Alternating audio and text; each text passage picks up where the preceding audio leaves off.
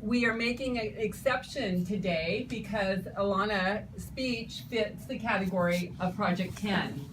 And Project 10 is an inspirational, inspire your audience speech. Normally, we work up to Project 10, or at least do our first two speeches to set a foundation for Project 10. However, we do make exceptions and we're flexible. And since this speech is such an incredibly inspiring topic, we believe that it fits in to Project 10. So that is the project that Alana will be doing today, and the objectives are to inspire the audience by appealing to noble motives and challenging the audience to achieve a higher level of belief or achievement. Also, to appeal to the audience's needs and emotions using stories, anecdotes, quotes, and drama. The speech will be 8 to 10 minutes. And Jeffrey, I'm not sure, do you want Jeffrey to show you? You know already how to watch the timer. No, I don't want to. Okay, very good. So what's important is that you can see the timer. I think I position it so that it's away from the picture in a picture. Move it to your left. Move it to your left, please. Yes, I can see it. Oh, I'm sorry, you're right. The other side. Keep moving towards you. Yeah, right there. Perfect. No, actually, there's a window thingy in there. Right there. There's one little window for it. Sorry. No problem. Okay, thank you, Jeffrey. And we want to engender today a feeling of understanding and heartfelt knowledge of what happened during this time that Alana will be speaking. And I just want to introduce Alana a little bit. She's worked Visa since June 2013 as a software engineer in the GNS NetSys team. She's lived in the Bay Area since 1991. She loves art, dancing, swimming trips, and now Toastmasters. Mm-hmm. She's been a member of Toastmasters since October 2015. Based on her inspiration, her daughter joined Google Toastmasters and won several table topics competitions. So this is how it spreads, people, and we are the living billboards for how wonderful Toastmasters is. So right now, Alana, please help me welcome Alana to give her speech. And her speech is entitled, My Parents' Holocaust Survival Story.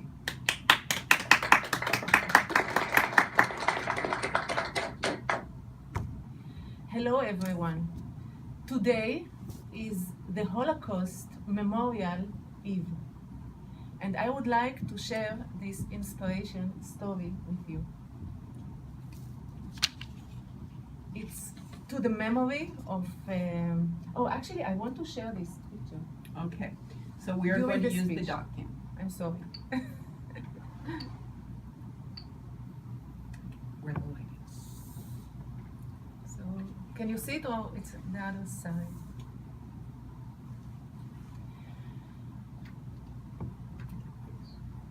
Should I start from the beginning? No, you can keep going. Okay. So I would like to share the story with you of my mother. This is also for Mother's Day and also for her inspirational story. It's Poland, 1939, small town by the name Zawiercie. A Jewish family is getting ready for their Shabbat dinner. And all the kids are helping the mom. And suddenly, open the door. The Gestapo policemen get into the house and aim the mother. You must give us one of your kids. The mother was astonished. She didn't know what to say, but what she can do. She turned to Esther, 12 years old, and she tells her, you are almost the youngest one, the thin one, and I don't know if you will be able to survive, so you will go. But remember, do anything to survive. Eat everything. Don't keep kosher. Don't think about any rule. Just survive. And this was the last time that Esther saw her mom. Esther was 12 years old. Apparently, Esther is my mom. Esther was taken to the synagogue overnight, where all the other kids were taken. During the night, her father was able to get there, and he gave her a blanket, a packet of pictures, and a knife, handmade knife that he created. And he told her, "This is for your memory of the family." And this is the last time that Esther saw her dad. The next morning, the Gestapo did some selection. Who looks to them healthy, that can go to a labor camp, and who looks for them weak? And apparently, they sent them to Auschwitz. Esther was selected to go to a labor camp. They were loaded into a truck, and the truck traveled to Czechoslovakia to a labor camp. And they did textile work for the Nazis. They worked in shifts, day and nights, with hardly any food. Actually, one of the guards there liked Esther, and after every weekend, she brought her a small sandwich to eat that she had to hide and eat it. And this is how she survived. Esther spent there 5 years, over all the time that the wartime. Esther worked there, and it was very dangerous to be sick, because from time to time the Gestapo came and they took the sick people who didn't function well and sent them to Auschwitz. During this time, Esther got letters from her family. Sometimes she got a piece of bread over the mail. Another time, she got money wrapped with a string of thread, cotton thread, to hide the money, that nobody will steal it, of course. And then suddenly, she stopped getting letters from her family. Her brother, who didn't live with the rest of the family since he was older and he was already married, sent her a letter.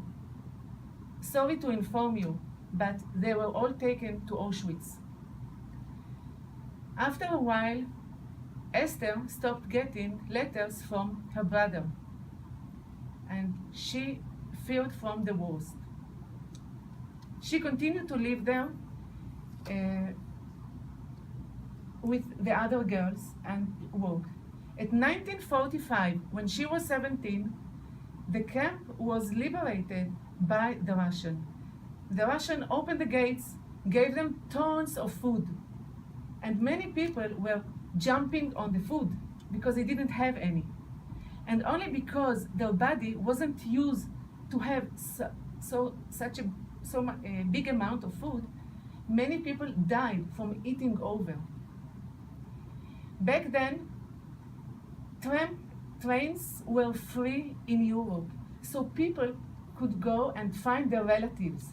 So Esther, after the camp was liberated, Esther took the train back to her hometown, Zawiercie, to find if she has any relatives. Maybe some miracle happened. She walked slowly towards her house, and it was occupied by different people that invaded the house while it was empty. Another neighbor who knew her suggested to her, "Please come, live with us, get married with my sons." And she said, "No, I cannot do it. I need to go somewhere else." And she was very frightened. Many people were killed in the street just for nothing, so she didn't know where to go. And think about it.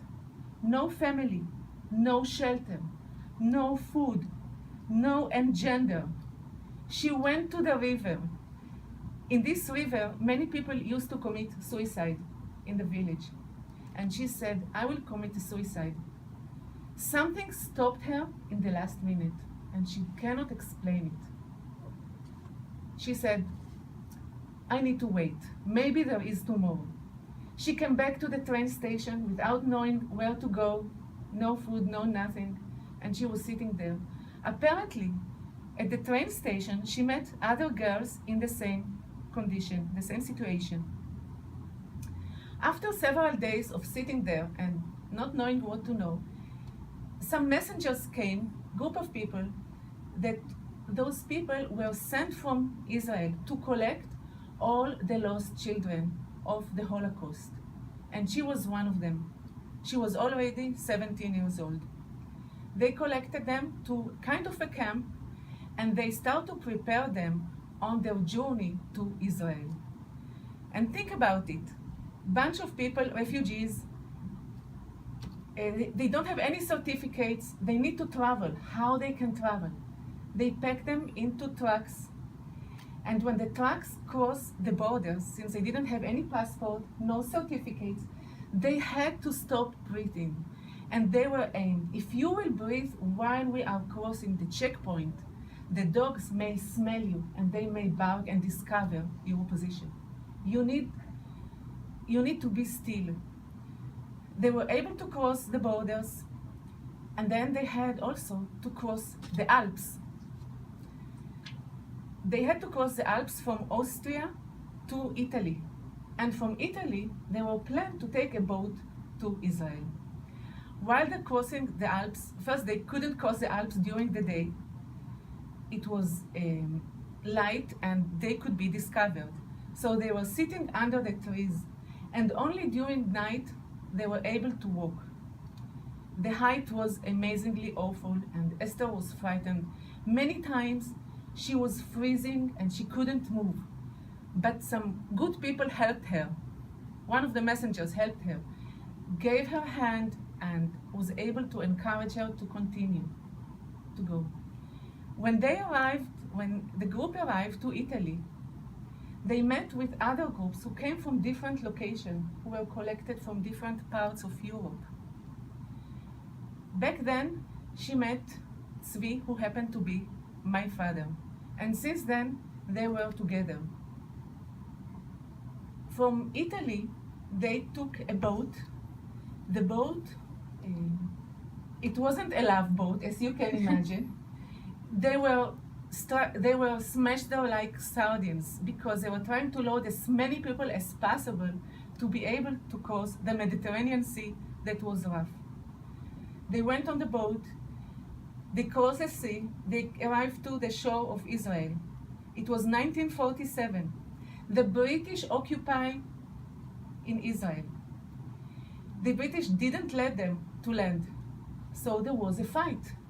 Refugees against the British. How they fight? The British had guns, rifles, and the refugees just had cans of food. So they were throwing cans of food against rifles. Think about this obscure situation. The British finally took the boat and led them to Cyprus. In Cyprus, they stayed in a camp. It was kind of a jail, but at least they had food to eat and nobody killed them. At Cyprus, my parents were married. And on 1949, after Israel was established, they were allowed to move to Israel. And I want to inspire you with this story. So how come a person from the bottom, he thinks that he's almost dying, can wait and hope to a better time, and eventually the better time is coming. And I want to dedicate this story to the memory of all the 6 million that were perished in the Holocaust, and to inspire you that there is always a better day. Eventually, my mom got married to my father, Tzvi. My mom, Esther, got married. They raised a huge family, 3 daughters, 11 grandchildren, and 11 grand-grandchildren. And this was their victory on the Nazis. Thank you.